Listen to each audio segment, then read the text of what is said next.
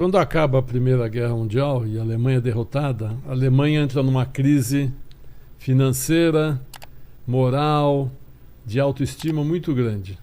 Porque eles achavam que eles iam ganhar a guerra, né? E eles perderam por quê, basicamente? Perderam porque não tinha como ganhar contra todo o resto do mundo. Quer dizer, Inglaterra, Entendi. Estados Unidos já era forte na época, a França na época era forte. A Alemanha não conseguiu vencer os outros exércitos e ganhar a guerra, perdeu.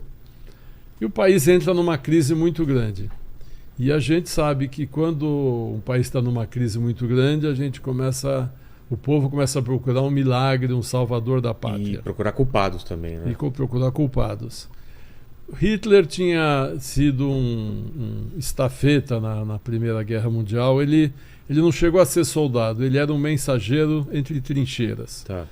O quartel-general dava uma ordem e ele corria numa trincheira, numa outra, para passar aquela mensagem, né? Ele participou da guerra assim, ele era um incompetente de tudo. Quando acaba a guerra, ele foi queria um herói ser... de guerra, não Não foi. foi. Ele ganhou uma medalha, uma cruz de ferro, porque ele tomou um tiro numa dessas correrias, Sim. tomou um tiro, então tinha a sua homenagem. Quando acaba a guerra, ele tenta ser um artista plástico. Mas ele nunca gostou de estudar, nunca quis estudar e não conseguia entrar na Faculdade de Belas Artes da Áustria, porque o Hitler é austríaco, não é alemão. Tentou 2 vezes entrar na Universidade de Belas Artes em Viena, não conseguiu.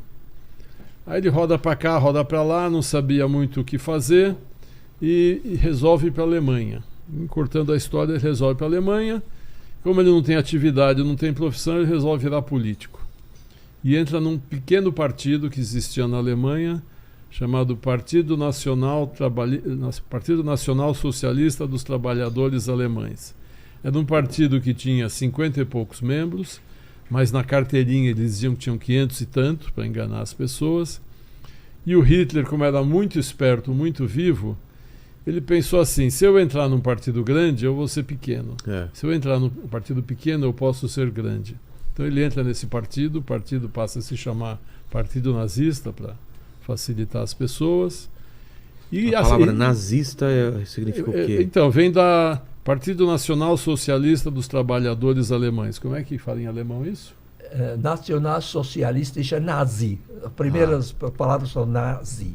Tá. Nacionalsozialistische Arbeiterspartei. Entendi. Por isso que chama nazismo, por isso que a palavra nazismo veio daí. Tá. Aí ele entra no partido, ascende, né, vai subindo na hierarquia do partido, que era pequenininho, e começa... Ele era muito esperto, ele tinha algumas qualidades. Excelente orador, muito poder carismático. Poder de convencimento absurdo. Muito, muito, muito. Ele tinha uma habilidade, ele conseguia falar com a alta classe e a baixa classe. Se ele ia num jantar para arrecadar fundos para o partido, tinham banqueiros, empresários, ele falava muito bem com essa turma. Se ele ia num estádio de futebol falar com as massas, com a população, também, ele falava muito bem com essa turma. Então, ele era muito hábil politicamente, ele realmente era muito esperto. E ele tem todas as visões necessárias para chegar no poder. Ele percebe isso, que ele tinha que achar um culpado para a derrota da Alemanha. Então, como já existia um antissemitismo na Alemanha, ele começa a dizer que a culpa da derrota da Alemanha é dos judeus. Apesar dos judeus alemães terem lutado na Primeira Guerra e ganharem medalhas e tudo... Ah, é? Lutaram pela Alemanha? Pela Alemanha. Na Primeira Guerra, os judeus alemães eram alemães. E por que ele... Como colou esse papo, então? Porque existiu o antissemitismo na Alemanha. O povo queria achar um culpado para a derrota, porque você reconhecer o erro é difícil. É claro. Você dizer, não, culpa é do outro. Culpa é do outro, isso é fácil. Posso falar uma coisa? Claro. Tem um outro pequeno detalhe muito trágico, que quando a Alemanha foi derrotada, a República de Weimar, que é a república que sucedeu ao Kaiser, o Império, né? Chegou ao poder, e quando se assinou o Tratado de Versalhes, que aceitou, digamos, a Alemanha aceitou a sua derrota, o ministro de Relações Exteriores da Alemanha conseguiu ser um judeu, por uma incrível coincidência, o tal de Rathenau. E então foi mais fácil ainda para Hitler culpar os judeus, porque tinha uma... Agora, uma figura. ele não falava que, digamos, o presidente da Alemanha, depois da guerra, da Primeira Guerra Mundial, era um famoso general Hindenburg, que realmente ordenava tudo isso. Se entende? Mas a culpa ele botava no Rathenau. Botava nos judeus. A culpa Entendi. era dos judeus. Então, a Alemanha então achou o culpado para a derrota, os judeus. Como que ele falava isso? Ele falava abertamente. Em discursos, que os judeus eram quinta coluna, que quando eles estavam no exército, eles atacavam o próprio exército alemão, que atacavam por trás, que passavam ordens para os inimigos. Ele cria a fake news que ele quer. Fake news não surgiu há pouco tempo. A fake news tem há muito tempo. E isso a galera começa a comprar essa Isso ideia. eles compram porque eles também... existiu antissemitismo latente na Alemanha. Entendi.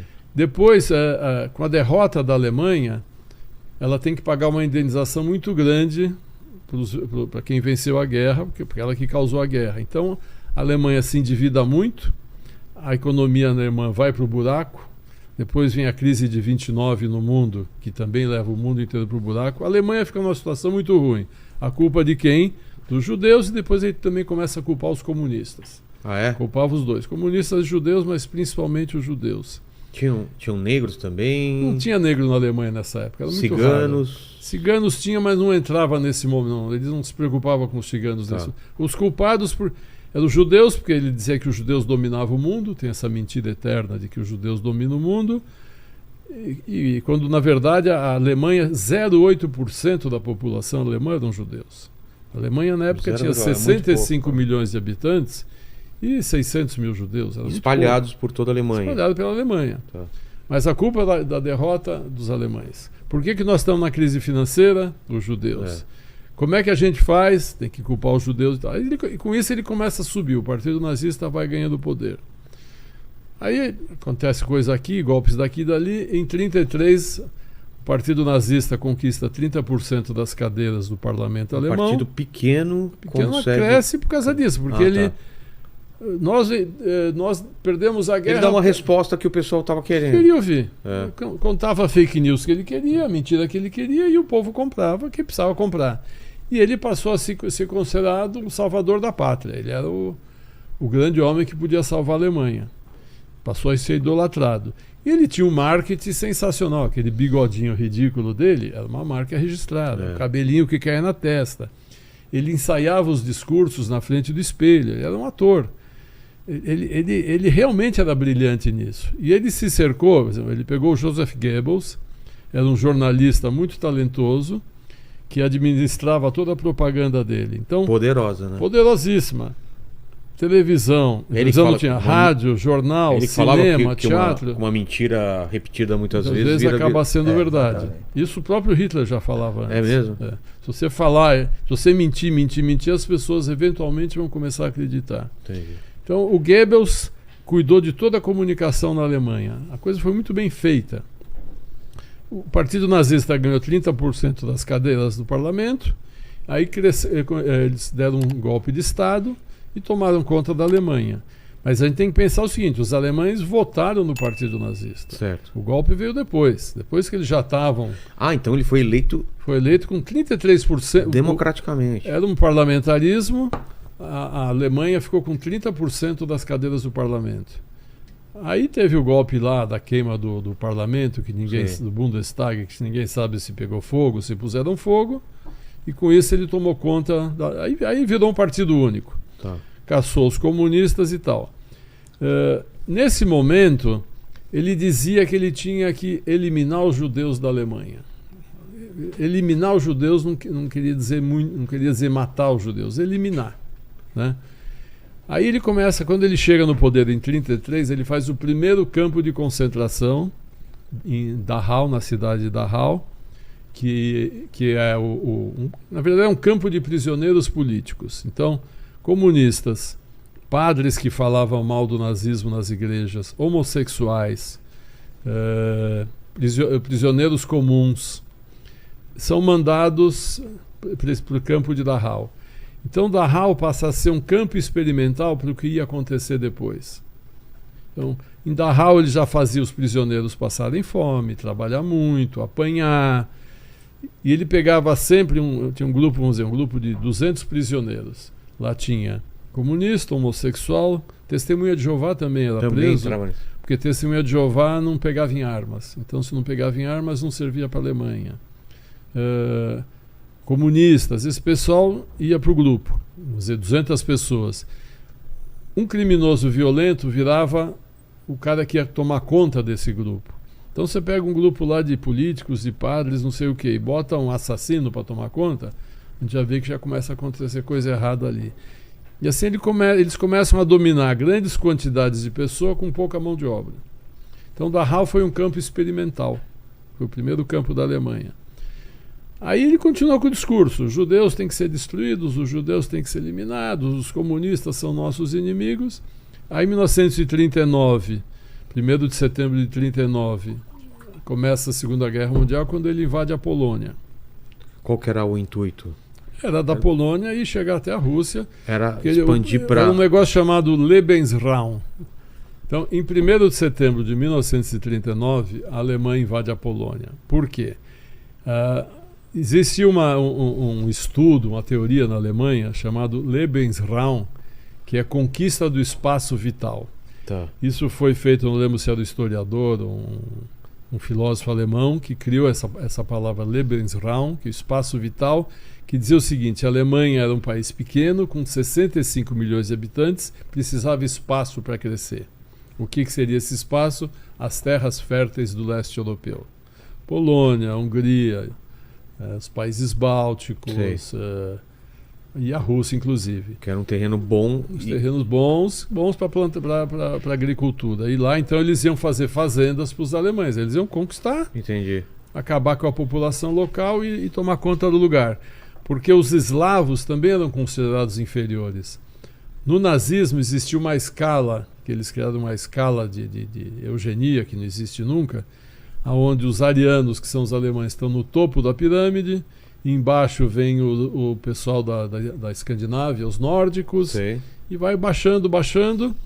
Na penúltima linha são os eslavos e na última linha são os judeus e os ciganos. Os eslavos seriam de qual países? Polônia, Rússia, tá. Ucrânia, esse pessoal do leste europeu, né? Tá. Então, inclusive existia um plano de todos os eslavos iam virar escravos, iam trabalhar para os alemães. Então começa a Primeira Guerra começa a Segunda Guerra invadindo a Polônia. O problema que o Hitler tinha na Alemanha de 650 mil judeus, que ele estava tentando se livrar, uma grande parte conseguiu fugir, uma grande parte arrumou visto, já tinha alguns vindo para o Brasil, para os Estados Unidos, sei lá, talvez um terço do país conseguiu sair antes da Segunda Guerra Mundial, dos judeus. Quando ele chega na Polônia, a Polônia tinha 3 milhões e 300 mil judeus. Era a maior população do leste? Ainda a Rússia era maior ainda. Da Rússia era maior, tá. Mas se ele já tinha um problema com 600 mil, agora ele passou a ter 3 milhões e 300 mil. Na Hungria tinha 800 mil. Na Ucrânia tinha 250 mil. Na Lituânia, 220 mil. Cada país que ele ia invadindo na Europa tinha mais populações judaicas. Então, se os judeus eram culpados de todos os problemas, tinham que ser eliminados, aí que eles começam a pensar: nós temos que eliminar fisicamente esses judeus. No começo, eles faziam por tiro mesmo. A ideia no começo não era matar, ou desde o começo era matar? Não existia. Ele falava em exterminar, mas não existia um plano realmente industrial de matança. Primeiro isolou, confiscou o dinheiro, porque na Alemanha eles confiscaram a nacionalidade, o dinheiro, as empresas. Então o pessoal, eu preciso ir embora de alguma maneira, eu tenho que fugir porque eu vou morrer de fome. Então, exato. Na Alemanha a coisa era assim. Nos países do leste, eles começaram a criar novos guetos, criar lugares onde os judeus ficavam cercados, eram prisões dentro da cidade, vamos dizer assim. Pegava o bairro mais pobre da cidade, mandava quem morava lá sair e botava os judeus ali.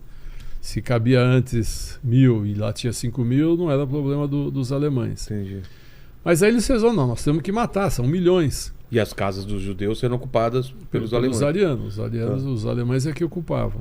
Tomavam conta, roubavam tudo que tinha lá dentro e tal.